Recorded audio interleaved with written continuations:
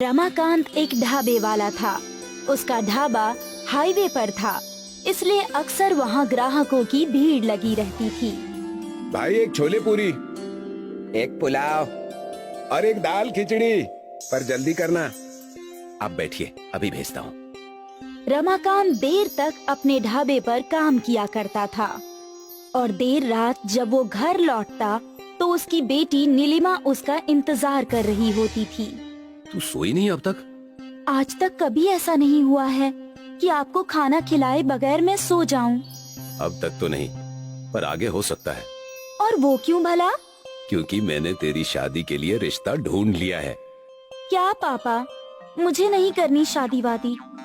सभी लड़कियां ऐसे ही बोलती हैं और फिर अपने ससुराल जाने के बाद अपने माँ पापा को भूल जाया करती हैं। करती होंगी, पर मैं उन लड़कियों जैसी नहीं हूँ।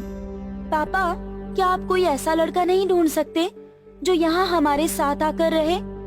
घर जमाई चाहिए तुम्हारी बेटी को। बेटा बेटी पराए घर जाए, यही नीति है और यही सही है। मतलब आप मुझे अपने आप से दूर करना चाहते हैं? बिल्कुल नहीं, पर तेरी शादी भी तो करनी ही होगी। मैं तो तेरे लिए ऐसा लड़का ढूंढ रहा हूँ जो तेरा इतना ख्याल रखे कि तुझे हम दोनों की याद भी ना आए। क्या पापा आप भी? अरे, आप दोनों का हो गया हो तो आप खाना खा लीजिए, काफी रात हो गई है। ठीक है। रमाकांत अपनी बेटी से बहुत प्यार करता था, पर ये भी सच था कि बहुत जल्दी उसकी बिटिया पराई होने वाली थी और अब रमाकांत और भी ज्यादा समय तक ढाबे पर काम करने लगा। क्या हुआ मालिक, आज इतनी देर हो गई, हमने ढाबा बंद नहीं किया। देर तो हो गई है, सोच रहा हूँ कुछ और ग्राहकों का पेट भर दूं। वैसे भी बिटिया के ब्याह के लिए पैसे बटोरने हैं। ठीक है मालिक, छोटी मालकिन की शादी बड़ी धूमधाम से करेंगे हम। बिल्कुल। रमाकांत के नौकरों ने भी उसका साथ दिया और वो लोग भी ओवर टाइम करने लगे। 1 महीने बाद नीलिमा को देखने लड़के वाले आए और उन्हें नीलिमा पसंद आ गई। 2 महीने बाद एक बहुत ही शुभ मुहूर्त है, इन दोनों की शादी के लिए अति उत्तम। ठीक है पंडित जी। सभी लोग खुश थे। नीलिमा की शादी तय हो गई थी। रमाकांत यहाँ वहाँ से पैसे जोड़ने लगा। वो नहीं चाहता था कि उसकी बेटी की शादी में कोई कमी रहे। पर एक दिन जब वो हड़बड़ी में हाईवे का रोड क्रॉस कर रहा था, तभी एक ट्रक से उसका एक्सीडेंट हो गया और वो वहीं मर गया।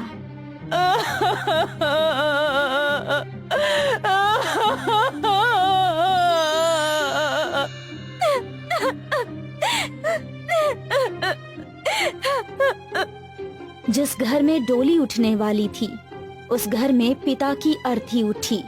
सरिता और नीलिमा के जीने का सहारा ही चला गया। कुछ दिनों बाद किशोर रमाकांत के घर आया। भाभी, रमाकांत भाई ने मुझसे 2 लाख रुपए उधार लिए थे। कहा था कि बिटिया की शादी है, बाद में लौटा दूंगा। अब वो तो नहीं रहे, अब मेरे पैसे कौन लौटाएगा? उन्होंने मुझे इस बारे में कुछ नहीं बताया भैया। वो सब मुझे नहीं मालूम। अब ये बताइए, मेरे पैसे कौन लौटाएगा? मैं लौटाऊंगी। मेरे पिताजी का सारा कर्ज मैं लौटाऊंगी। आप बस मुझे 6 महीने की मोहलत दे दीजिए। ठीक है बेटा, मैं 6 महीने बाद वापस आऊंगा, पर तब तक पैसे तैयार रखना। सरिता ने अपना सर पकड़ लिया।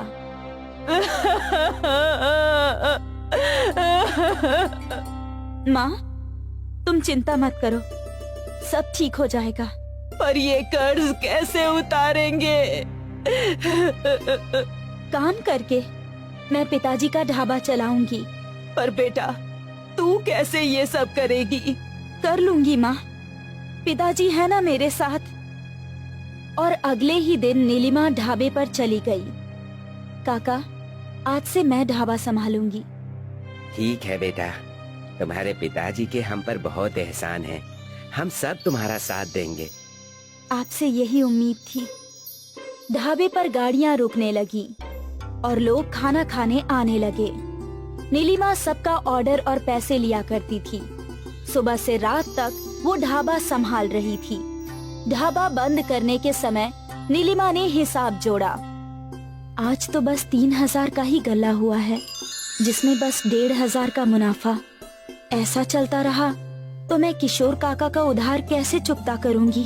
हे भगवान, मेरी मदद कीजिए। अगले कई दिनों तक नीलिमा सुबह से रात तक काम करती थी, पर जो मुनाफा वो कमा रही थी वो कम ही था। वो बिल्कुल भी संतुष्ट नहीं थी। कई दिन बीत गए। एक रात सारे नौकर चले गए और नीलिमा ढाबा बंद कर रही थी। तभी एक बूढ़ा साधु उसके पास आया। बेटा, 2 दिनों से भूखा हूँ, कुछ खाने को हो तो दे दो। आइए, बैठिए। पर बेटा, मेरे पास तुझे देने के लिए पैसे नहीं हैं। कोई बात नहीं। नीलिमा किचन में गई तो वहाँ सब्जी थी पर रोटी नहीं थी। नीलिमा ने देखा कि रुमाली रोटी का आटा रखा था। उसने तुरंत चूल्हा जलाया और मटके पर 2 मटका रोटी बनाई और सब्जी के साथ उस साधु को परोस दी। वो साधु बहुत भूखा था। खाना देखते ही खाने लगा। जब उसका खाना खत्म हुआ तो उसने हाथ धोए। धन्यवाद बेटी, तुमने एक भूखे का पेट भरा है। भगवान तुम्हारा हमेशा भला करेंगे। मैं भगवान से तुम्हारे लिए प्रार्थना करूंगा। मेरे लिए नहीं, मेरे पिताजी के लिए प्रार्थना कीजिएगा। वो अब इस दुनिया में नहीं है। पल भर में उस साधु ने नीलिमा का अतीत जान लिया। तू बहुत ही साहसी है बेटा, और तेरे इस संघर्ष में मैं तेरी मदद करूंगा। जिस मटके पे तूने ये रोटी बनाई है, आज से वो मटका जादुई बन जाएगा। जो भी उस मटके पर बनी रोटी खाएगा, वो अपने आप को दूसरी खाने से रोक नहीं पाएगा, और तू दिन दुगनी रात चौगुनी तरक्की करेगी। नीलिमा ने उस साधु का आशीर्वाद लिया और फिर वो साधु चला गया और नीलिमा ढाबा बंद करके अपने घर चली गई। अगली सुबह नीलिमा ने ढाबा खोला और रोज की तरह ग्राहक आ गए। एक ग्राहक ने मटका रोटी ऑर्डर की। एक और मटका रोटी। उसने दूसरी भी खा ली। एक और देना। अरे भाई, तू ये तीसरी मटका रोटी मंगवा रहा है? क्या करूं, इतनी स्वादिष्ट मटका रोटी मैंने अपनी जिंदगी में कभी नहीं खाई। तू भी चक्कर देख। फिर क्या था, जिसने भी मटका रोटी खाई सब बार बार ऑर्डर करने लगे। दिन भर मटके पर रोटियां बन रही थी। रात में जब नीलिमा ने पैसे गिने तो वो हैरान थी।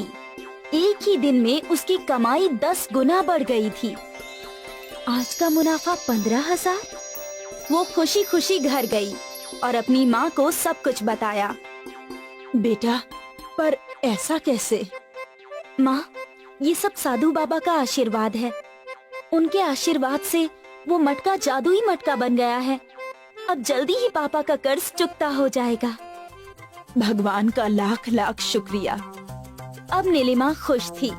वो खुशी खुशी ढाबे पर काम कर रही थी। 1 महीने बाद किशोर नीलिमा के ढाबे पर आया। बेटा, तुझे याद है ना, 1 महीना हो गया। जी काका, याद है। नीलिमा ने गल्ला से 2 लाख रुपए निकाले और किशोर को दे दिए। ये रहे आपके पैसे। इतनी जल्दी? बेटा, तूने इतनी जल्दी इतने सारे पैसे कहाँ से कमाए? भगवान की कृपा से। नीलिमा ने किशोर के कान में जादुई मटके का राज बताया। बस तब से ढाबा चल पड़ा है और आमदनी भी बढ़ गई है।